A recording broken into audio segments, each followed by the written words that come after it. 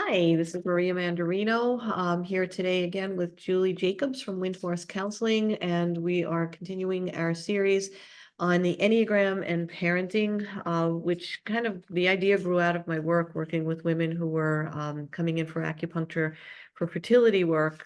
So stressful, so much of what we treat is stress around that circumstance. And then my question was, well, okay, once we get to the point where we have baby, we have a whole different kind of stress now, parenting stress.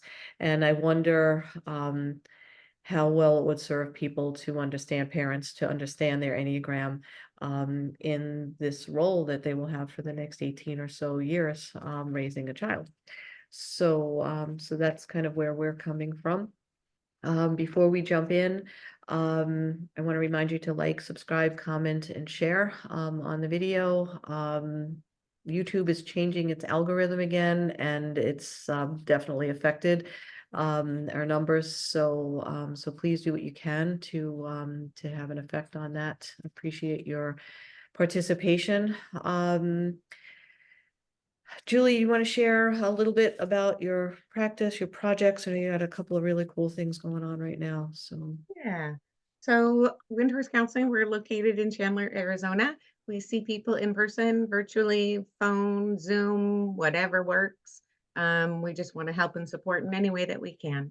We're trained in lots of different modalities, including EMDR. Looking at getting groups together, one for people who have been involved in a high demand religion.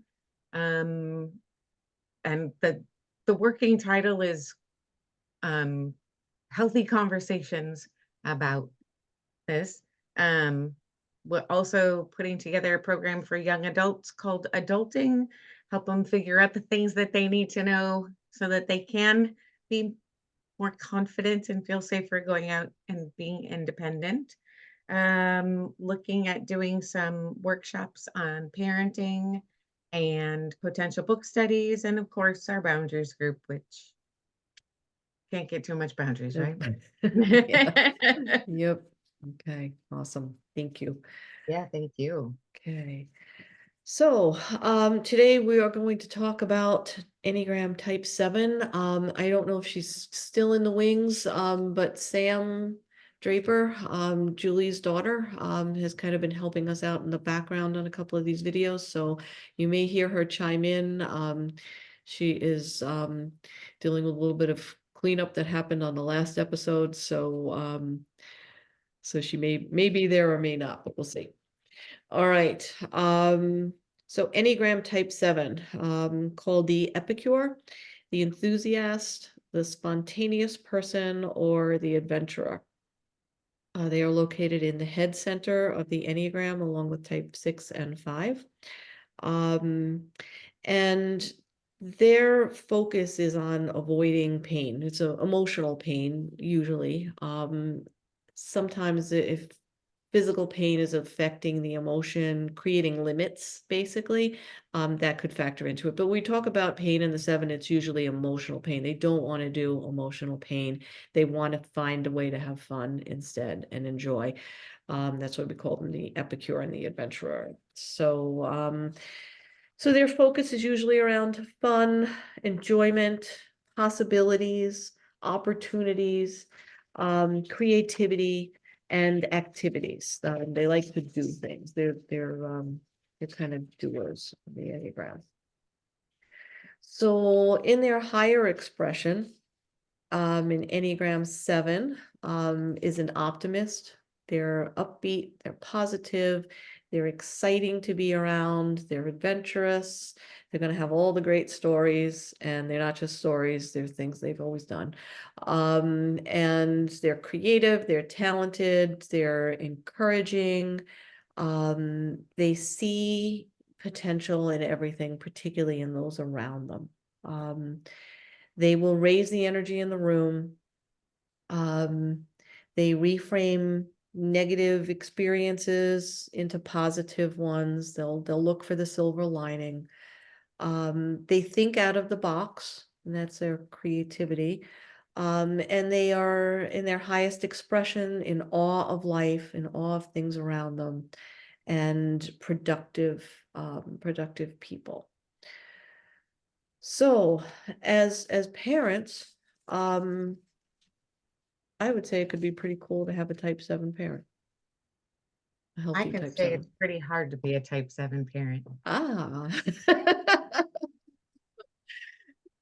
Tell And me. maybe it isn't hard for everybody. Uh-huh.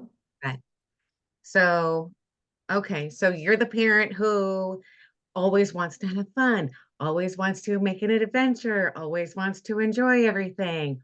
All the kids like to hang out with you guys.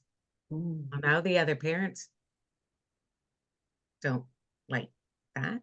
wow. And sometimes your kids don't want to go have fun and don't want it to be an adventure. And can't we just stay home today? And why do we always have to go do something? And why do you always have to talk to those people? And right. And Yeah. so not doing that, not stifling that part of you because it's a lot for other people. The message you're sending yourself the whole time is who I am is not good enough. Who I am does not work in this role, right? Um, and Mm, not that a 7 who's being fun and enjoying things is reckless or careless, but it can feel like that, yeah. right? When the people around you are sending the message of seriously, you're gonna let them go swimming in their pajamas? Why are we doing that? We don't do that. Um, we don't want to carpool with you anymore because my daughter said it makes her anxious when they're 30 seconds late. Okay. Mm, But we had a mm. cool adventure on the way. So it's a struggle. That was a struggle when they were little, right? Because you want to teach kids, like we need to follow the rules and we need to be on time and we need to do this and we need to do that. And all of that goes, I know it's like, I don't want to do those things always. Mm. Um, so anyway, maybe it was fun. I don't know. They didn't So, they were having much fun. when you were parenting, you didn't know you were a 7. You didn't know the Enneagram, right? So you didn't know you Didn't. were a 7. And I know hindsight's 2020, but you have a grandchild now. Mhm. So do you bring your 7 essence into the room differently now that you know you're a 7 and what that means? 100%. Okay, so tell me. But maybe it's not because I know about this as much about this Enneagram. Um, that's what I get to do now.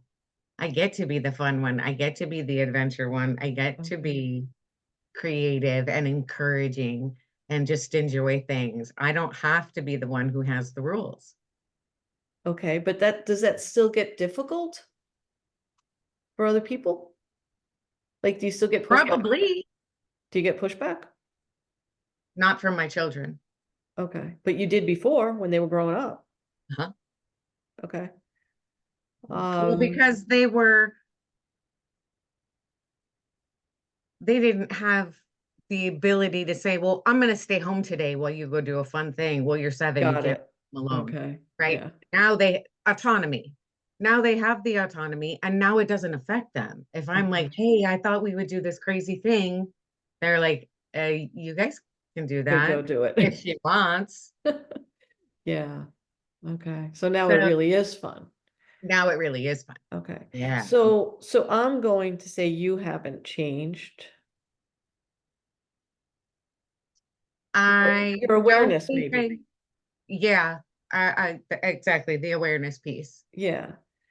So And maybe how much I let it out. what do you mean? I found different ways to channel it maybe. Okay. Mhm. Okay. All right. That But makes sense. now I don't stifle it. I don't pretend it's anything other than I don't pretend I'm anything other than who I am. Yeah. Yeah. And I think that's a gift of age too, right? I Yeah. don't care how That's what many I'm, yeah. But Yeah. sometimes I don't know that this is true, but I think my experience has been that sometimes when people see you as avoiding emotional pain, being creative, always looking for fun and enjoyment, and being the optimist, I think sometimes people think you're dumb because you're not serious enough. Or maybe it's not dumb, but naive. I think superficial is the word we hear more. Oh, oh, okay. I don't know. I don't hear naive much. I hear superficial a lot. Uh-huh. And I hear unreliable here and there. But I also, and I had wanted to go, and I'm going to backtrack into the lower side. But I want to go to the one because you kind of mentioned it indirectly. Yes, Um, that's definitely where I go in stress. yeah, yeah, and that's that refinement. So the seven's going to go across the Enneagram to the one when they're stressed out as a parent, and it's that wanting to be perfect, wanting to refine things, wanting to make things better. How can I? And I wonder, and tell me as a seven if this is if this is in there for you. How can I make this better but still make it fun? Does that happen? How can I make it better but enjoyable? Okay. Yeah. Yeah. So that would be a stressed out parent who's a seven. Yeah. Leaning into that one. What about the inner critic for you when you're stressed out? What's She's very, very loud. That's absolutely 100%. how cruel? How cruel? Yeah. Extraordinarily. Yeah. Yeah. Very, very hard. Mhm. Yeah. And it's having having the awareness of the Enneagram has been huge Mm, because when that inner critic starts getting really loud, or I'm actually saying things out loud to myself, mhm, I recognize it immediately now. mhm, Or mhm, not immediately, but I am much more likely to recognize it and go, "Ooh, you got to rein that back. mm, yeah. You're going to the place that's not healthy." Yeah. Because if you were in a room with anybody who had somebody else talking to them like that, you'd step in. I mean, I think anyone would step in. Mm. Um, how much, so when the inner critic starts being loud, before you knew the Enneagram especially, how much time on stage did she get? Probably a lot. And what did you do? Well, there've been lots of things, in some respects, that inner critic just made me work harder, Mm, but not necessarily in a good way, right? yeah, Like, yeah. I think that inner critic, mm, and I don't know if this is I should have really studied my Enneagram. Um, I can shut everybody out. No, I'll do it myself. Mm, And I can be very someone says something and it's like oh, duly noted. I will never do that again, and I won't. mhm, yeah, yeah. And that's that sarcasm of the one too, and yeah, Mhm. yeah, we talked about that in the one episode of how the one can like push people out without even Mhm. knowing that's what they're doing, by getting caught up in that perfection and doing it themselves, being so damn self-reliant. And I'll prove to you that I'm all I ever need.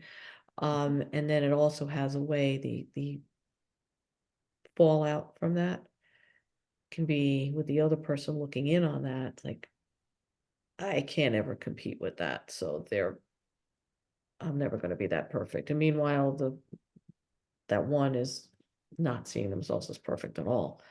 But as Sam has said, I don't know, Sam, are you there yet?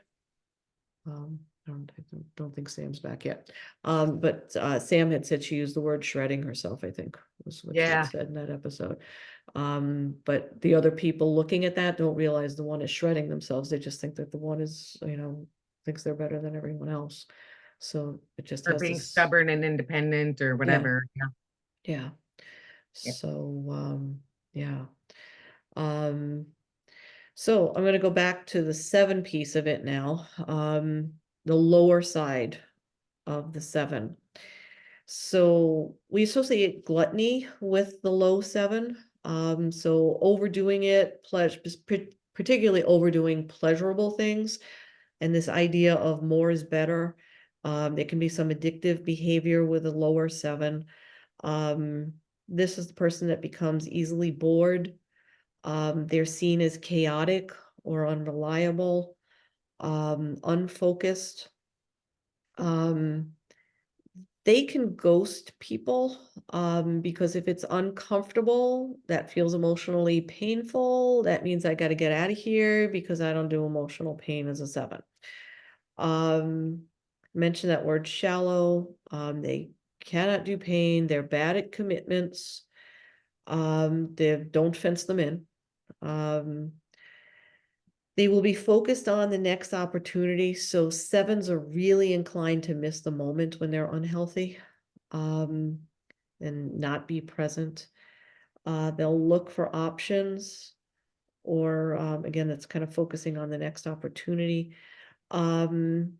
And they will make your struggle seem unimportant. So if you go to an unhealthy 7 with an emotional problem, they're going to downplay it because they don't do painful emotions. They want to have fun instead. So so that's a lower 7, a 7 who's not self-aware. And as a parent, those we talked in the context of the 8 before about how 8s can make you feel safe and secure, healthy 8. An unhealthy 7 is just almost begs for an 8 to walk into the room.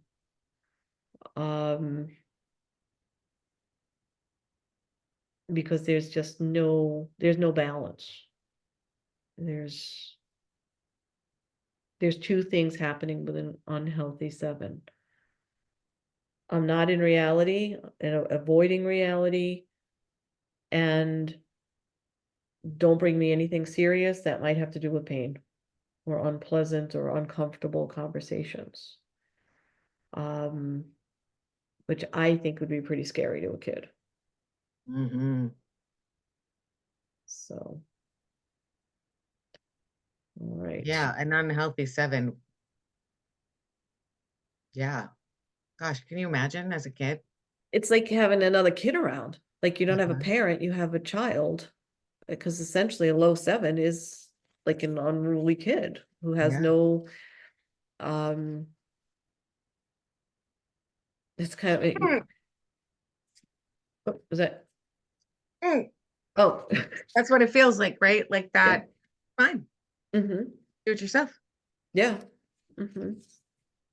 Yeah, they kind of check out and look for the better opportunities, look for the fun things, look for the easier things, the less path of least resistance. And if we can't get it, we'll just engage in some addictive behaviors, which is the most scary thing to a kid. Um, so again, their greatest fear is being limited, losing their freedom, losing their autonomy. These are the things 7s want to avoid. The red flags, the somatic piece of it. Their head types, right? So some of their energy is going to go to their head, but the other piece of the 7 is they leave their body, because it's don't limit me, I'm jumping the fence, I'm out of here. So if you feel that feeling of trying to escape your body, and I'd like you to speak to this as a 7, because this is not something that I could accurately speak to from type. Um, but the thing with 7 is to bring them back into their bodies. So first, Julie, if you could speak to what it feels, what's the somatic piece for you as a 7? How do you energetically leave? Have you ever noticed that? I'm trying to think. Um, And you've done a lot of work, so you may have to yeah, go back to what did I do when I was 20? yeah. There were a lot of migraines. Oh, There were a lot of physical representations, right? yeah, Lots and lots and lots and lots of migraines. I think that's how I met you originally. yeah. Um, there was, 20 a month. Um, Mhm. and I don't know that that was, I think I maybe would not have experienced that if I wasn't forcing myself to stay in my body. Right. Oh, You know what I'm saying? Like yeah.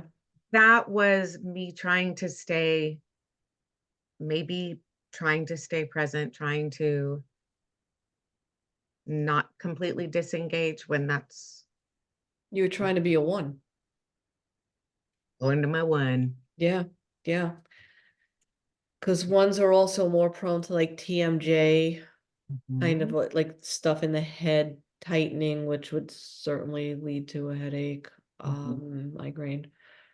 Um, that's a really interesting observation and another, the stress type leads us to another red flag, right? So yeah, if that somatic piece is expressing that way as, migraines, any kind of constriction, restriction in the head and the neck, the face, the jaw.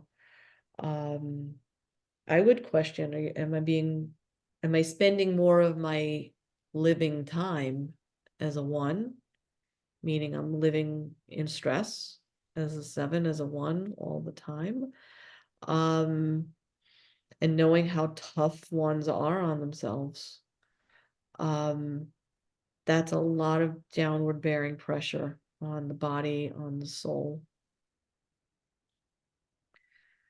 Um, and then I would also ask, as to a parent, how much energy do you have left to raise that child? Because that sounds like a lot of energy from a myofascial standpoint. mhm. Um, and just throwing in that myofascial piece, fascia has up to 2,000 pounds of tensile strength bearing down on your vital life force. And then I'm going to ask that same question that, I would ask a 7 parent who's living in their 1, 2,000 pounds of tensile strength bearing down on your body. How much energy do you have left for that child? And potentially you're in pain with a migraine. Probably not much. Yeah. Yeah. And if somebody's really going down the bad path with their 1, that's going to manifest as resentment, anger, explosiveness that can look like it's coming from nowhere, but it's coming from a total shitstorm of pain in the person's body, physical pain. It manifests as emotional pain, as we talked about in the 1 episode. So yeah, Mhm. yeah. Mm, So that's a whole lot for the parent who's trying to be about fun and options and opportunities, right? Um, mhm. so so there are your red flag moments, I would say. Any other red flags that you would add as a 7? Uh, it's usually when that inner critic voice Mhm. pipes up, and sometimes it can be, like, "Oh, you made dinner and didn't anticipate correctly when people would be there, and, oh, it wasn't done," Mhm. or, "Oh, it's overdone." Of Mhm. course it is. I Yeah. screw up everything. I can't do anything, Mm. right? Those words aren't said out loud. Yeah. just to, the Yeah. person who did that. Yeah. But you beat yourself up enough and then someone looks at you and they're like, but I didn't say anything. I'm not, Yeah. right? But Yeah. oh no, the voices were loud enough. Thank you. Like, but Mm. you did that to yourself. So Yeah. checking in, is this a message that I'm receiving externally or internally? I think is a Mhm. good check-in. Mhm. Mhm. You For know, sure. clarifying. Mhm. Hey, what you just said, that really hurt my feelings, or that made me feel bad. Is that how you meant that? That's Um, hard for a seven though, mhm, because that's the potential for a painful conversation. mhm, So that may be a good reason to take a little trip to the five. I don't know. Um, because so fives aren't good at that conversation either, by the way. But a healthy assessment of those feelings, going into the observer stance, the healthy side of the observer stance, mhm, going into stillness.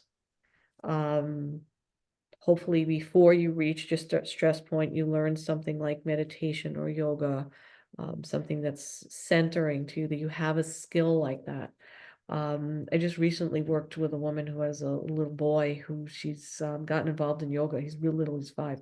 But she introduced him to yoga, and she said, because I didn't want him to have to learn that when he finally got to the point where I had to figure out how to learn it. She wanted it to just be part of his skill set. So, so that's a 5 type experience, doing something that is contemplative, centering and grounding, um, learning your boundaries, um, and being a good listener. Those are all 5 characteristics. So I'm wondering, and it's really cool that you're here to ask this question, because a lot of times when I work with ones where the inner critic is out of control, or a 7 that's in that stress line, but the 7 has access to the 5, right? Um, I will say, well, have you ever just told that inner critic to F off?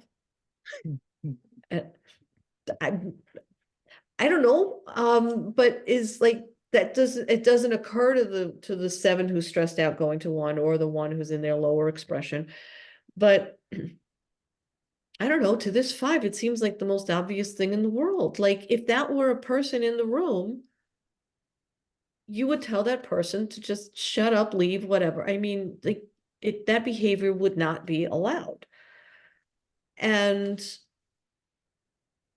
so I wonder if a 7 could channel that 5 energy when those red flags start to come up, and observe and say, that inner critic would be kicked out of my house if anyone ever came in and spoke to me that way. Could you use that energy like, could you do that as a 7? absolutely. Um,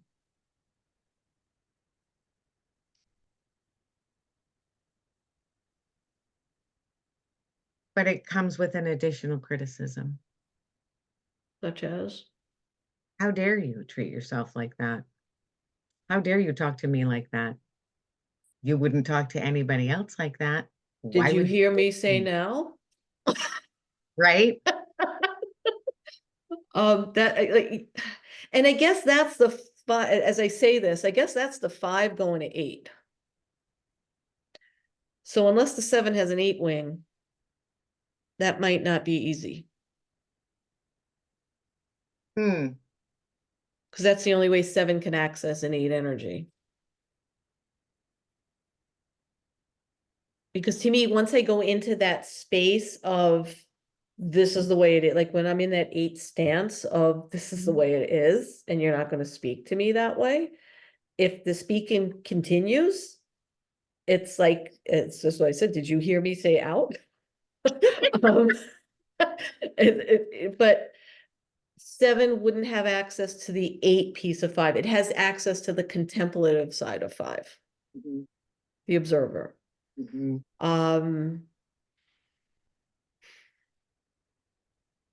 And we discussed in that last episode that Sam felt, and Sam, if you're here, pipe in. I don't know if you're still with us on this call, but Sam felt that you had a 6 wing, Mhm. and the 6 is the skeptic. So that could be part of what you were describing. That Oh, second dose of self-criticism of what if that voice was right? I'm wondering if that's your 6 wing. I see it as the one kicking it into higher gear. Mm, Now I can't even do critic wrong, right? Kind of mm, thing. mm, Like, oh, I'll show you. mm. You got this. And does that happen in your body? Because your body language changed when you demonstrated It that. totally So does. yeah, Totally. Absolutely. Absolutely. Tell me I can't do something. What? yeah, and it ups the ante. Migraines get bigger. Starts that cycle. Don't like to be Mm. controlled. And I don't know if That's 7. that is a 7. Yeah, don't limit me, don't fence me in. Yeah. Don't Mhm. take my freedom away from me. Yeah, that's definitely don't control me. And I feel like the more confident I am, the happier I am. That takes over more the, oh no, you don't get to Mm-hmm. do that.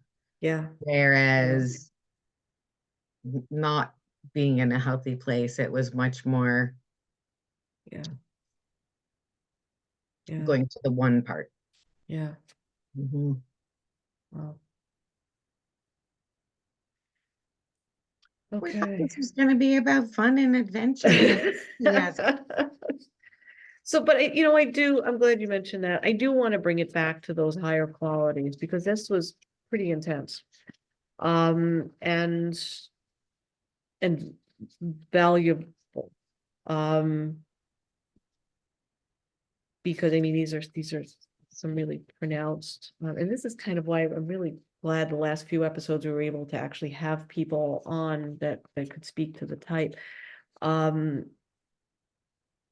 because you're the only one that can speak to the pain points and the struggle of being a 7 and a parent. So, but I want to go back to those things that I felt were good qualities in a parent. I still do think they are. Um, and see if we can revisit them in a different light. Optimist, upbeat, positive, adventurous, exciting, creative, talented, encouraging, raising the energy in the room, reframing positive, negative to positive, thinking outside of the box, being in awe of life and being productive. So I think with that list, so when you go to the eye doctor and they say, is this better? Is that better? Yeah. So if we could have a type 5 lens over any or all of those words and just say, how can we do that? Not better. How could we make that look more straight down the middle, maybe? The optimism, the upbeat, the positive, the adventurous, all these things. Like, is there a way to bring a type 5 presence into those? I wonder if it's about boundaries are there to keep you safe. Boundaries aren't there to control you. Yeah. Boundaries are there to protect everybody, prevent things from going out of hand. Boundaries aren't there because you're irresponsible or unreliable. Mm-hmm. Mm-hmm. And feeling uncomfortable things is not going to kill me. Right. It's okay to stay there, stay in that boundary of I can feel Mhm. without risk of losing my freedom, being limited, whatever, being controlled. Giving the 7 the I don't know if permission is the right word to feel. Creating a structure that allows the 7 to feel. Maybe creating a space for them to feel. Okay. Um, That doesn't feel limiting at the same time. right. Well, because they're so productive, Yeah. right? And their focus is always on everything else and everybody else and all of the other things. So maybe it is about developing good self-care or personal boundaries for the Mm-hmm. 7 so that So they can have that space. what can that look like? Like what could, if somebody's struggling with that, like what could that look like? Because that's I mean, I'm not the 7, you're the 7, but that seems like it would be terrifying to a 7. You're going to have a space where you can feel. Mhm. How? Okay. For me, the spaces where I can feel, one of them is in the water, Mm. right? So I'm not necessarily all by myself, Mm-hmm. but being in the water is very healing for me. It allows me to recenter myself, get grounded, um, and let Mm. it move out of my body. Yeah. Okay. Um, one of the other ways, and thanks for giving it back to me, Maria. You probably don't even know this, um, is dance. Oh, wow. Yeah. Okay. My body needs to dance Yeah. and it needs to express and it needs to it Mm. Sam said get the zoomies out, right? Like Yeah. the physical, it's very